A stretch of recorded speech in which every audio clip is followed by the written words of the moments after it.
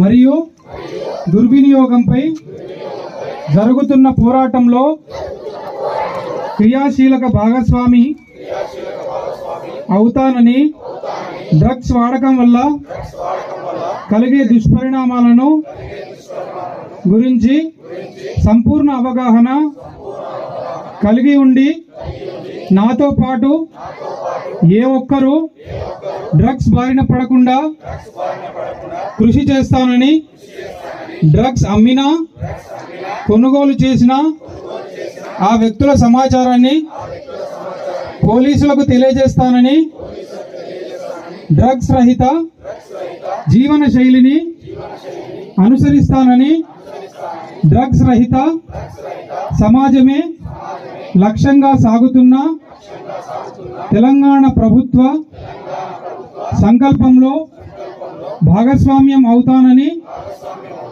ప్రతిజ్ఞ చేస్తున్నాను. డౌన్.